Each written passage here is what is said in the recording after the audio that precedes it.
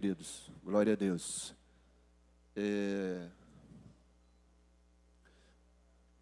Antes de começarmos a meditação na palavra, eu vou ressaltar e informar a igreja que o nosso pastor, o pastor Robson e a Eristeia foram para Macaé. Rapaz, eu vou pedir perdão, pastor, porque ele me falou a igreja, eu esqueci agora. Lá em Macaé, eles foram ministrar no final de semana, no congresso, na conferência de família lá. E aí, logo mais à noite, o nosso pastor estará conosco. Mas,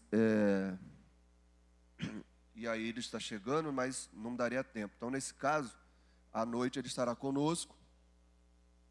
E ele foi quando ele ia pregar em Macaé. Só lembro disso, eu não lembro o nome da igreja, se os irmãos me perdoem.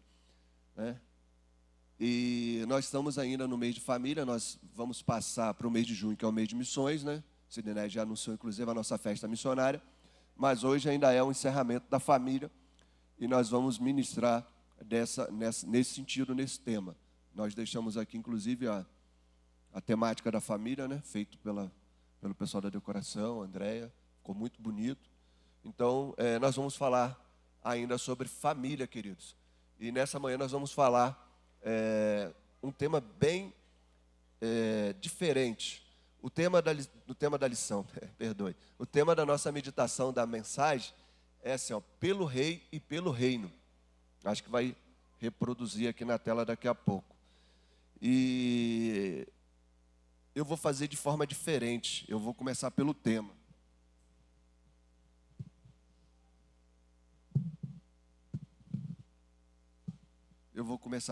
Então, a mensagem aí para os pregadores, né? Começa pela introdução.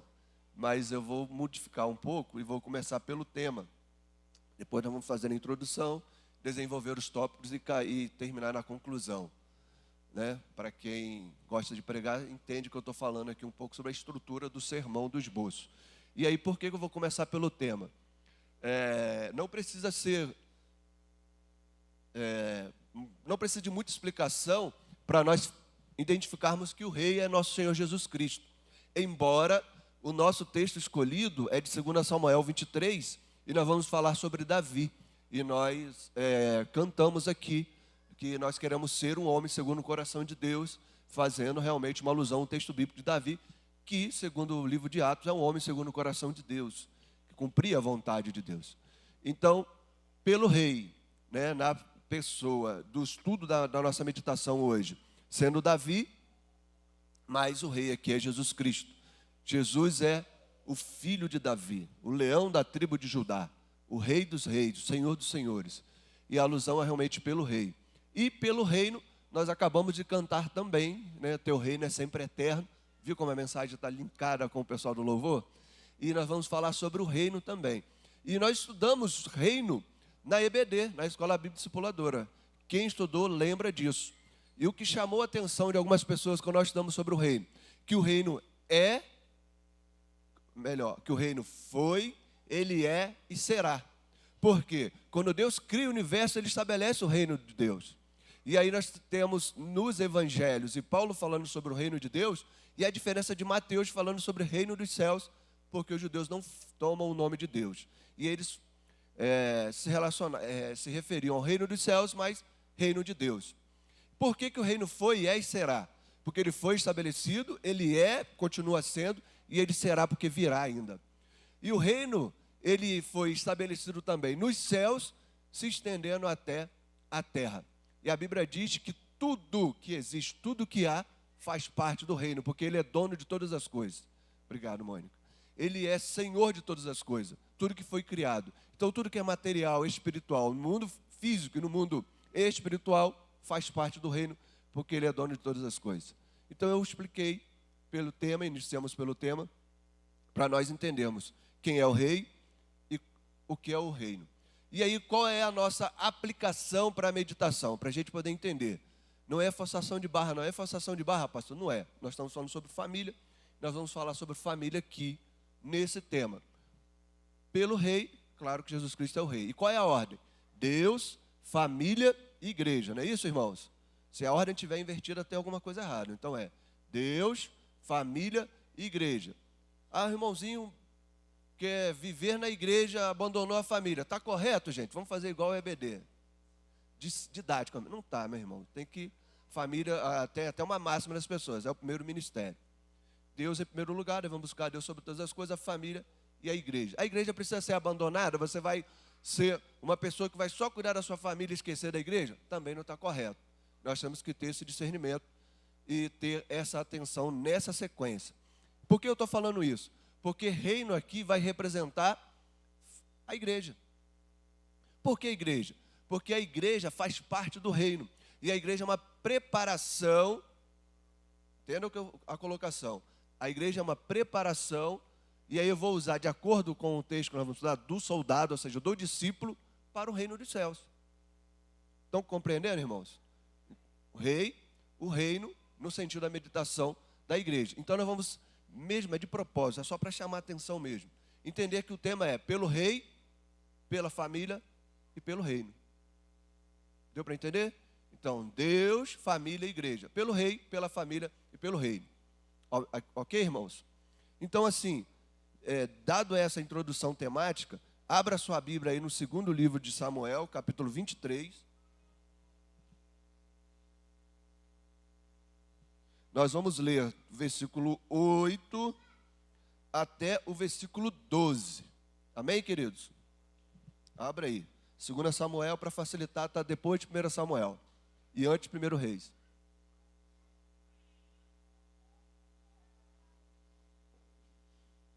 Todo mundo achou? Já estava ali, o pessoal procurou antes, né, enquanto eu estava falando sobre o tema, foi isso? Povo esperto de CBJC, né? Amém. Vamos ler então, querido. Versículo 8. Estes são os nomes dos guerreiros, outra versão diz dos soldados, tem uma outra versão que diz dos valentes de Davi. Aí é Josebe Basebete, o Taquemonita. Esse era o principal dos três, ou seja, esse era o capitão, o general. O que ele fez? Foi ele que matou 800 de uma vez só com a lança.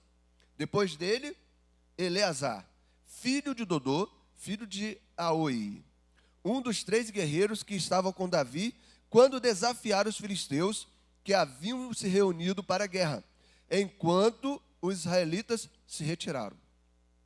Este, ou seja, Eleazar, se levantou e feriu os filisteus até cansar a mão e ficar pegada à espada. O Senhor deu um grande livramento naquele dia e o povo voltou junto de Eleazar, apenas para tomar o despojo. Depois dele, Samá, filho de Agé, o Ararita. Os filisteus se haviam juntado em Lei, um local que era do Vale de Refidim, onde havia um terreno cheio de lentilha. E as tropas fugiram dos filisteus. Segunda vez que o povo de Israel foge. Porém, Samá ficou no meio daquele terreno, defendeu-o e massacrou os filisteus. E o Senhor concedeu uma grande vitória. Aleluia, queridos. Glória a Deus por isso. Amém? Curva sua cabeça. Vamos orar mais uma vez. Senhor, obrigado pela sua porção lida nessa manhã. Usa-nos nessa noite, nessa manhã. Abra o nosso entendimento. Nos dê sabedoria e conhecimento, ó Deus. Que, ó Deus, o Senhor possa despertar em nós um desejo de lutar, de sermos soldados, valentes, guerreiros pelo Rei e pelo Reino, ó Deus. Podemos colocar a nossa vida à disposição do Teu Reino e à disposição do Senhor, ó Pai, em nome de Jesus. Amém e amém. Amém, queridos. Então, irmãos, vocês podem estar se perguntando, o pastor está ficando meio doido, porque ele falou que ia falar de Davi e leu 4 versículos ou 5 versículos falando sobre soldados de Davi. Mas é justamente isso. Na figura, na meditação, o texto se refere a Davi. E aí, se você for no início desse capítulo 23, você vai ler assim, o tema do capítulo 23, as últimas palavras de Davi. Tem outra versão, a NVI ou a NVT, que diz assim, o último discurso de Davi. Davi aqui, ele reúne o povo já no final de vida dele, e ele vai discursar para o povo, trazendo a memória do povo de Israel, tudo que Deus havia feito na vida dele, ou seja, no rei, e também para o reino, para o povo. E esse discurso, ele começa a falar para o povo de uma forma digamos assim, poderosa, porque ele inicia falando através do Espírito Santo de Deus. Ele ressalta que quando ele fala, é o Espírito Santo que está capacitando ele para discorrer, para discursar para o povo, para trazer à memória do povo tudo que Deus havia feito para o reino. E aí, assim, nós precisamos falar sobre isso. Davi foi um homem segundo o coração de Deus, e Davi foi tão abençoado, tão ungido, que ele foi ungido 3 vezes, irmãos.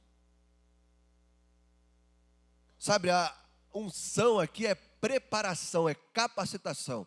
Quando você diz que uma pessoa, lá vai aquele homem de Deus ungido, lá vai aquela mulher de Deus ungida, Deus ungiu aquela vida.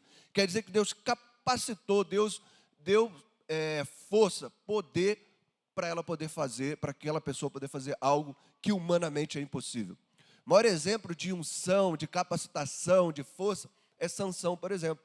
Quando Sansão foi ungido, quando ele foi declarado nazireu, ele teve uma força sobre-humana, capaz, né, de lutar contra todos os filisteus e derrotar todos eles.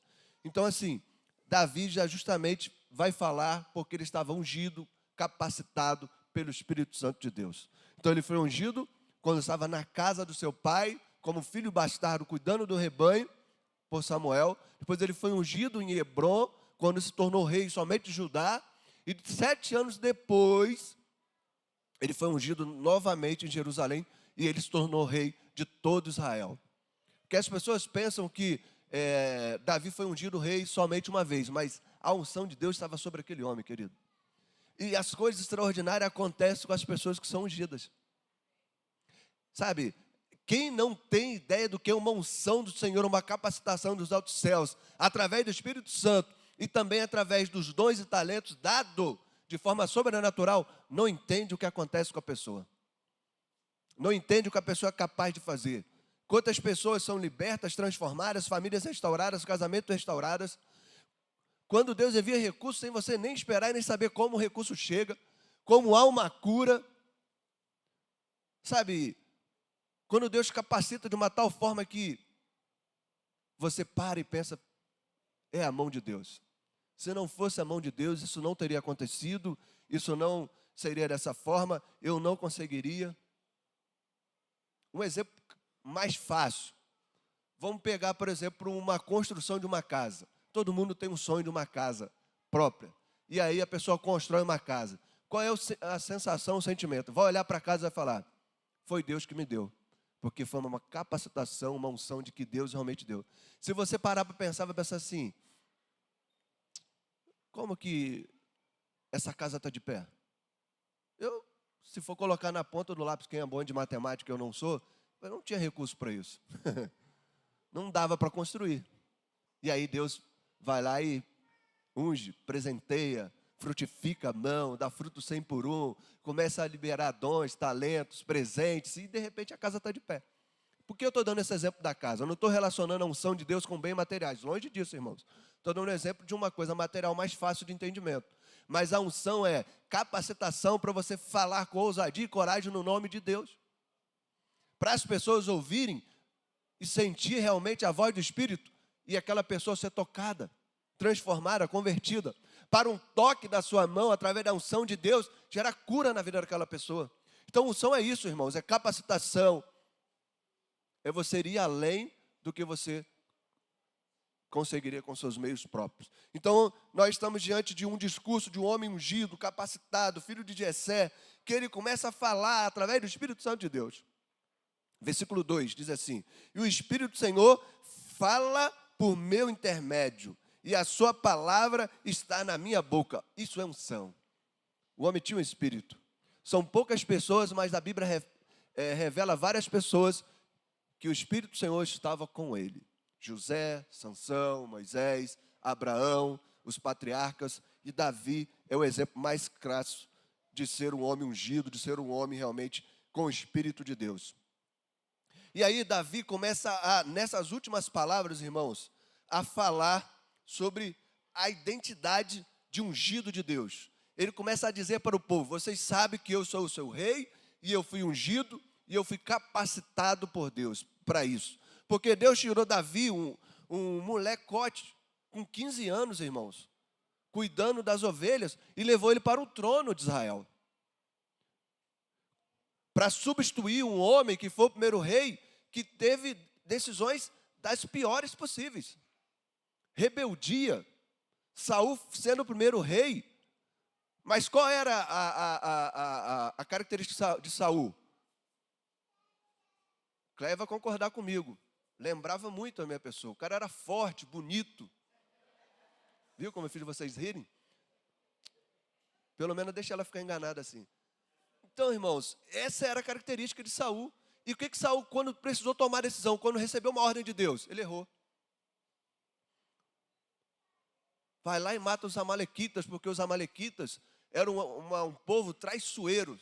Quando o povo de Israel sai do Egito, começa a caminhar pelo deserto, meu irmão, 40, 50 dias mais ou menos, era praticamente o tempo de Jesus morrer e ele ser levado aos céus e o Espírito Santo descer em Pentecostes. Os amalequitas se levantam para lutar e para derrotar o povo de Israel. Vocês lembram disso? Está em Êxodo capítulo 19, que Moisés ele tem a ajuda de Arão e a ajuda de U, e à medida que eles têm as mãos erguidas e suspensas, o povo de Israel prevalece na batalha. E as mãos de Moisés ficam pesadas, e aí os amalequitas prevalecem. Desde aquele momento, Deus falou que riscaria os amalequitas, toda a sua descendência. E Deus dá uma ordem para Saul, vai lá e acaba com essa. Deus queria cumprir essa promessa. E o que Saul faz? Ele não. Ele traz como despojo, ele traz o rei Agag, traz tudo. Para quê? Para poder se mostrar como rei, para querer aparecer como o maioral, digamos assim, para o povo de Israel. E aí o que acontece? Deus avisa para Samuel, Samuel vai lá e exorta a Saul. Agiu loucamente, porque você desrespeitou, isso foi rebeldia. E outras coisas mais que Saul fez. Então o que acontece? Deus tira um homem rebelde e coloca um homem ungido, com a identidade de ungido no altar. Esse é o homem que está falando para o povo. E ele fala através do Espírito Santo. A fonte de sabedoria de Davi, nesse discurso de 2 Samuel 23, é o Espírito Santo, irmãos. O homem ungido, capacitado. Quando abre a boca para falar, digo homem e mulher. Servo de Deus, o discípulo, o soldado, o guerreiro, o valente, só fala mediante o Espírito Santo. A fonte de sabedoria no discurso, na palavra, é o Espírito Santo de Deus, concede. Palavra de sabedoria, de conhecimento, de salvação, de graça, de misericórdia. Não pode ter soldado falando palavra torpe, palavra que não convém, coisas que vão causar vergonha, que ao invés de trazer cura, restauração, vai trazer sofrimento, Não, irmãos. O discípulo, o guerreiro, o valente, tem o Espírito Santo como fonte de sabedoria no seu discurso. Vou abrir só um parênteses aqui. O crente tem um vocabulário diferente, né? Fala varão, ô vaso, ô abençoado. É o discurso realmente de alguém que tem o Espírito Santo de Deus. Isso precisa ser uma máxima e uma verdade em nosso meio. No versículo 3 e 4, Davi vai falar sobre o padrão de um governante justo. E ele está falando através do Espírito Santo, ele está dizendo que agiu dessa forma justa, e ele está praticamente falando isso para o seu sucessor, Salomão, ser um governante justo. E isso serve de padrão também para todos os líderes. O líder precisa ser um líder justo. No versículo 5, ele vai falar sobre a aliança de Deus. Davi era um homem que tinha uma aliança de Deus. Desculpa, irmãos, eu não falei que era o primeiro tópico, né? Que eram as últimas palavras de Davi. 2 Samuel 23, 1, 7. Continua no tema, não é isso? É, isso. Primeiro tópico. E aí eu estou discorrendo desse primeiro tópico, nós vamos ir para o segundo daqui a pouco. Então, no versículo 5, ele fala sobre a aliança eterna que ele teve com Deus. Por isso, ele foi tirado de trás das malhadas até o trono. Eu estou passando rapidamente para a gente focar no versículo 8 e do versículo 8 até o 12. E depois, no versículo 6 e 7, ele vai falar sobre o destino dos perversos diante de Deus. Ou seja, do ímpio, da pessoa que pratica iniquidade, transgressão, do pecador, daquele homem que não tem temor. Ah, isso é perdição. E aí, no versículo 6 e 7, vai falar justamente sobre isso. Sobre o homem ímpio. E aí nós vamos chegar agora aqui no versículo que nós lemos, versículo 8 até o versículo 12, que vai falar dos 3 principais guerreiros de Davi. Amém, queridos? Vamos gastar um pouco de tempo aqui. Falando sobre Davi, o homem segundo o coração de Deus, quando ele foi ungido rei pela primeira vez lá na casa dele, na casa do pai dele, ele não saiu direto para o trono, irmãos. Há uma estimativa bíblica, os estudiosos dizem que ele levou de 15 a 17 anos para se tornar rei em Hebrom, somente na tribo de Judá. Ele continuou, mesmo ungido, tomando conta do rebanho dos pais. Só que, isso no capítulo 16 de 1 Samuel. Só que no capítulo 17 de 1 Samuel, e aqui eu vou abrir um parênteses, Jessé chama Davi, que está lá cuidando do rebanho, e diz assim: Davi, vai levar alimentos, vai levar um lanchinho lá para os seus irmãos que estão em batalha. Aqui os estudiosos dizem dois motivos para Davi não ter ido para a guerra. Primeiro, ele era muito novo. Soldado tem que ser adulto. Segundo, eu vou até citar, mas eu vou aqui citar e depois vou dizer. Se você tiver dúvida, pergunta o pastor Robson, beleza? Davi era um filho bastardo. Isso é um pouco polêmico, porque tem... Se eu entrar nessa questão de Davi ser um filho bastardo, a gente vai sair muito do tema aqui da pregação, e tem muita coisa para a gente meditar. Numa outra oportunidade a gente vai falar. Se você quiser, no final ou depois, falar: pastor, por que Davi é um filho bastardo? Fala comigo, estou brincando, eu falei do pastor Robson, que eu mando para você, eu te explico, eu te converso. Mas vamos tomar esses 2 exemplos. Então, Davi era muito novo, ou era um filho bastardo? Quer dizer que ele era só filho de Jessé e a mãe dele não era uma judia. Porque para ser judeu tinha que ter a mãe judia. E ele não foi. Então o pai chama para ele levar o lanche. E ele vai. Quando ele chega lá, no Vale de Refidim, de um lado está o povo de Israel, do outro lado está os filisteus, soldados, um número muito maior. E os filisteus, irmãos, eram homens muito grandes. Daí o Golias, que tinha quase 3 metros de altura, a lança dele tinha 200 quilos, ele tinha que carregar aquilo tudo, o escudo era muito grande, ele tinha coraça, aquilo tudo. A Bíblia diz que a média dos filisteus era isso, de 2,5 metros, quase 3 metros, e eles tinham 6 dedos em cada mão, 6 dedos em cada pé, irmãos. Era uma coisa... E aí, de repente, Davi chega lá e o Golias está lá afrontando o povo de Israel. Olha onde nós vamos chegar, hein? A Bíblia diz, em 1 Samuel 17, no versículo 10 e no versículo 16, que foram 40 dias de afronta, de manhã e de tarde, ou seja, 80 afrontas. E aí Davi, quando chega para trazer o lanche, o menino, sem experiência nenhuma de batalha, porém, já ungido, já capacitado, ungido.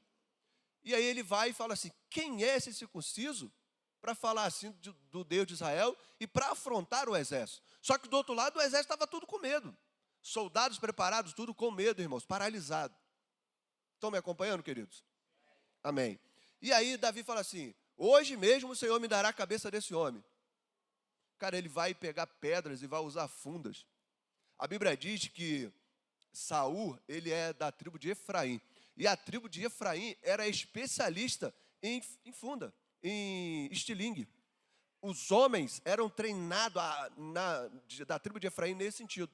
Como Deus faz a coisa? Pega um jovem ungido, capacitado, para usar a arma que o próprio rei era especialista para derrotar o gigante. Quando Deus pega um ungido, ele faz justamente isso, irmãos. Ele quer demonstrar que a capacitação é dele. Foi assim com Gideão, em Juízes capítulo 6, em que ele saiu com muitos soldados, 12 mil, e terminou com 300 soldados para lutar contra os midianitas, que eram mais de 120 mil homens. A capacitação, para deixar que a mão de Deus está fazendo. A nossa ideia aqui hoje, irmãos, é para dizer que Deus está fazendo. Embora você, como valente, como guerreiro, como soldado, está disposto a lutar pelo rei, pelo reino, pela família, está claro que é a mão de Deus que está fazendo em nosso meio. E ai de nós se não fosse assim. Ai de nós se não fosse assim. Então Davi, nós já conhecemos a história, pega a funda, acerta na cabeça do gigante, toma o gigante, pega a espada dele, eu não sei como, porque ele está ungido, capacitado, tem mais força, corta a cabeça dele e aí todo mundo foge. Ele ganha o dote, ganha a mão da filha do Saul, a Mical, como esposa, ele ganha a isenção de imposto para a família toda, para o resto da vida, mas ele vai se tornar rei depois. Resumindo, o homem é ungido, o homem é capacitado. Será que isso pode acontecer na minha vida? Claro, irmãos. Mesmo Deus que agiu há 3.000 anos atrás com Davi, está aqui nessa manhã dizendo que quer ungir a sua vida, que quer te capacitar, que quer ungir a sua família, em nome de Jesus. Então, por que nós estamos falando isso?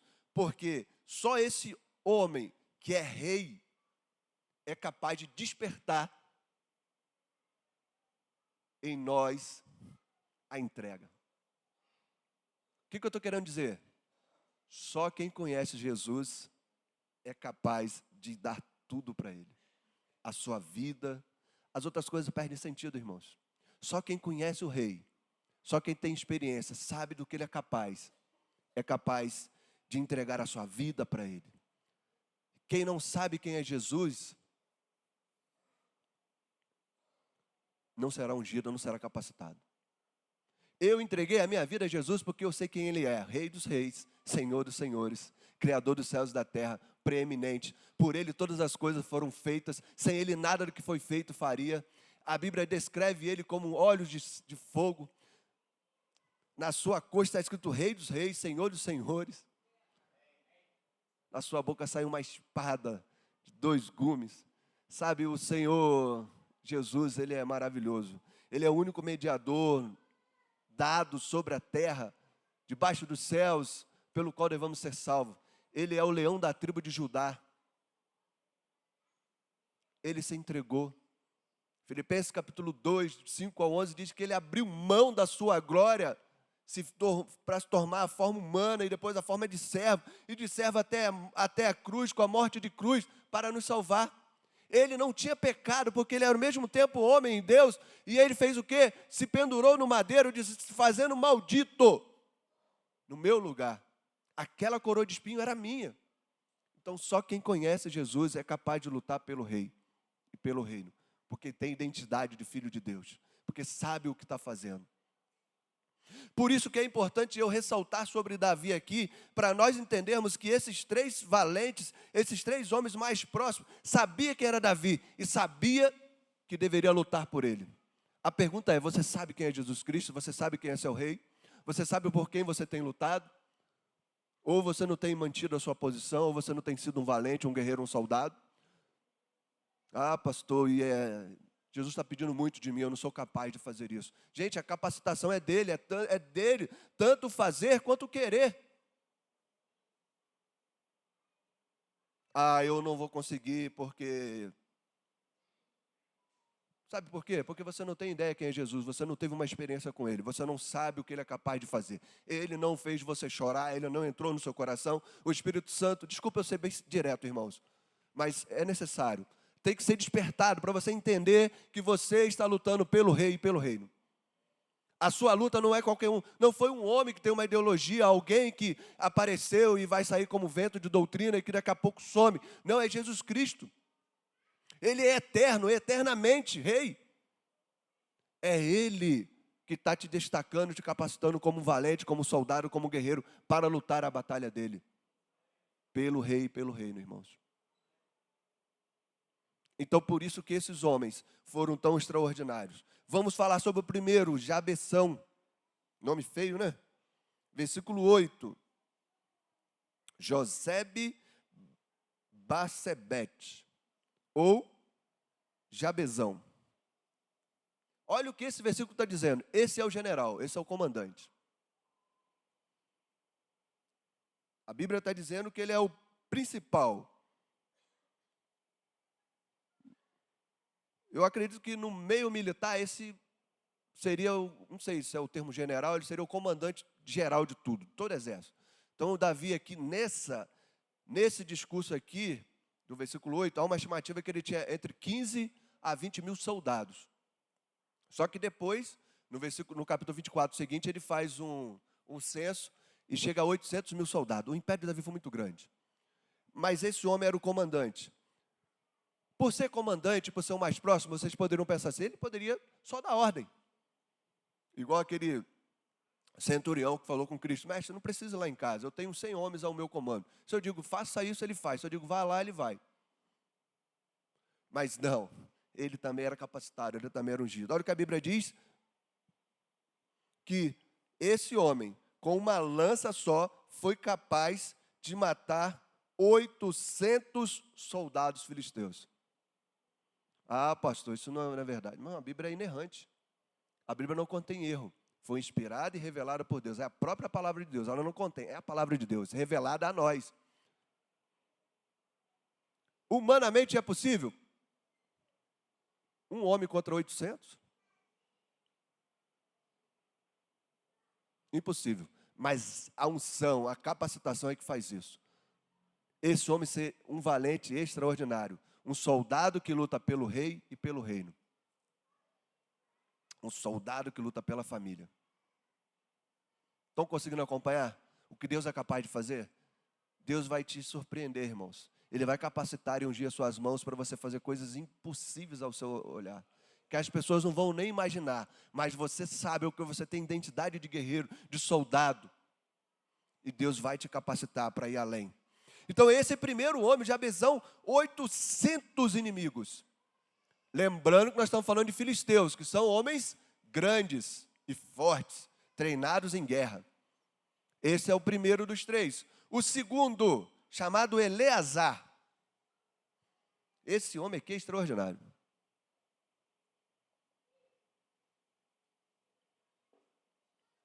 É claro que não, mas eu vou sugerir.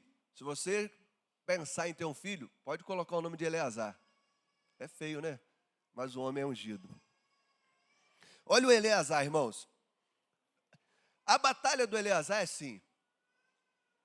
O exército está aqui, de frente. Está Davi. E geralmente fica os três, que são o mais próximos. O Jabezão, o Eleazar e o Samar, protegendo o rei. Porque o rei precisa ser protegido. Soldados depois.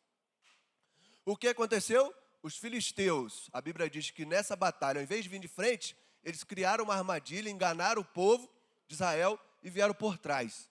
Surpreenderam o povo. Quando ele surpreende o povo, o que acontece? Os 15 mil soldados israelitas fazem o quê? Fogem. Como é que é, Luciano, que fala quando o soldado abandona o posto? O militar? Num caso desse? Evadiu, era essa palavra que eu queria lembrar. Então esses homens evadiram. Largaram os três e o rei para trás. Soldado de Deus evadindo. Irmão, nós somos um povo, segundo Hebreus 9:8, que é um povo que não retrocede. É um povo que avança. A nossa natureza não é retroceder, mas é avançar, irmãos. Nós estamos sendo capacitados, ungidos para avançar e para permanecer fiel. João capítulo 15 fala isso. Nós devemos permanecer nele. Porque sem ele nós não fazemos nada, nós não podemos fazer nada, irmãos. E tem muitas pessoas se evadindo, muitas pessoas saindo do local onde Deus está colocando. Deus está colocando você naquele local para ser abençoado. E você está se evadindo, não está permanecendo, irmãos. Que soldado é esse que larga o seu posto? Para que você ser ungido, capacitado? Para você largar o seu posto. E aí o que Eleazar faz? Vai falar com o rei. Pede permissão, porque soldado é obediente, para poder se colocar entre o rei e o exército filisteus. Ao olho comum e humano, isso é o quê? Suicídio. O cara quer se matar. Mas ele está ungido, capacitado. E é o que a Bíblia diz? Que ele lutou com a sua espada até o fim do dia, a tal ponto da mão dele ter cãibra e da mão dele ficar presa na espada com o sangue dos filisteus. Porque ele foi ungido, capacitado, é valente guerreiro para isso. Um homem que permaneceu firme, não abandonou o seu posto e pôde lutar pelo rei. Porque um bom soldado é isso, valente. Ele luta pelo rei e pelo reino. Ele luta pelo rei, pela família e pelo reino. Eleazar sozinho. E aí o versículo termina dizendo que houve um grande livramento naquele dia através de Eleazar. E o final do versículo? O povo que evadiu e fugiu faz o quê? Volta. Para quê, pastor? Só para pegar o despojo. É triste, não é? É triste, irmãos. Então eles fogem e o cara permanece ali, um bom soldado, e depois o povo volta. Sabe despojo o que é? Despojo é bem de guerra. Ouro, armas, alimentação, comida, tudo que tiver ali que for despojado, quem vence a batalha tem direito de pegar. Eu imagino que Davi era um homem ungido, correto? Aí eu estou deduzindo e falou assim, vocês aí, ó, pode parar. Vocês estão pegando, mas vão pegar para Eleazar. Foi ele que permaneceu firme, foi ele que lutou, a espada está agarrada na mão dele, então todo despojo é dele. Peguem tudo aí, entreguem para ele, vai ser para a casa dele. A Bíblia diz que Eleazar também recebeu de Davi, que toda a família dele, toda a geração dele não pagaria mais imposto em Israel. Eu imagino que os herdeiros, a geração atual de Eleazar deve estar feliz, que não paga imposto em Israel. Sabe, porque tem muita gente, irmãos, que vai querer se aproximar de você porque você é ungido, porque você é capacitado e querem. Então, discernimento nessa hora, querido. Para você poder identificar a sua identidade, saber realmente que você está lutando pelo rei e pelo reino. O terceiro, e aí a gente tem que caminhar para o final. O terceiro era o Samar. O Samar, ele manteve a posição e ele manteve o território. Ou seja, os filisteus avançam sobre a plantação e a Bíblia diz que é de lentilha. Lentilha é bom, irmãos, é quase um feijão, não é isso? Quem já comeu lentilha entende o que eu estou falando. Ele nem come lentilha, está falando isso. Mas qual é o princípio aqui? O princípio é de manter posição. Enquanto um se dispôs a lutar, esse daqui manteve a posição. E aqui, mais uma vez, se você for perceber, o versículo 11, o povo foge de novo.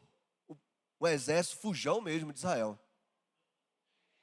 E aí fica somente o Samar aqui para manter a posição e não deixar os filisteus avançar sobre a plantação. E a Bíblia diz que ele consegue preservar e manter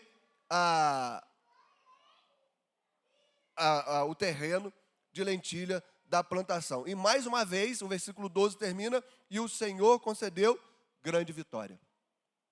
Sabe, Deus está ungindo, capacitando os guerreiros, soldados, e Ele concede grandes vitórias. Vocês estão entendendo isso aqui, irmãos? Agora, caminhando para a conclusão, eu tenho outros tópicos aqui, mas nós vamos entrar, senão a mensagem vai ficar muito grande. Eu estou sendo um pouco didático para a gente entender o contexto, mas eu estou procurando ser profético para trazer aplicação para vocês, para entender realmente como Deus faz com os seus ungidos, com os capacitados. E eu agora quero fazer a aplicação da conclusão para a gente orar e encerrar. E cada um ir para sua casa de tarde, almoçar, descansar e voltar logo mais à noite, onde o nosso pastor vai trazer a mensagem. Qual é a conclusão?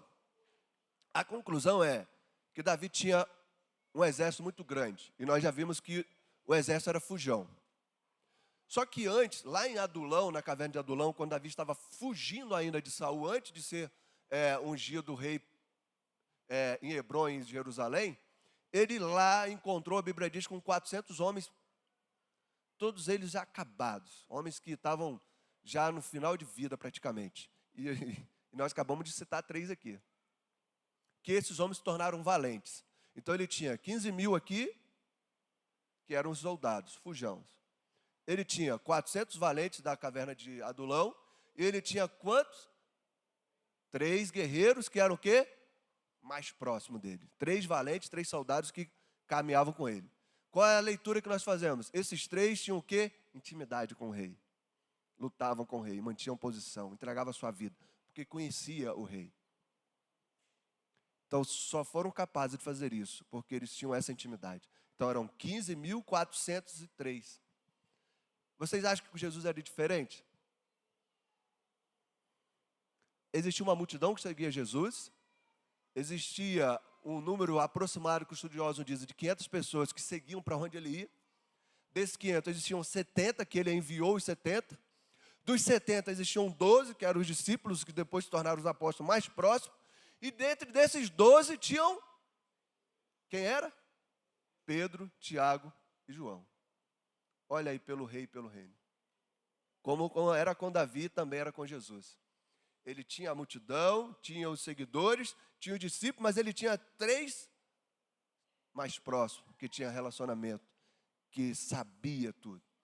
Acho que o exemplo mais crasso disso é, por exemplo, quando ele está na ceia, na última ceia, e ele fala assim: um de vocês hão de me trair.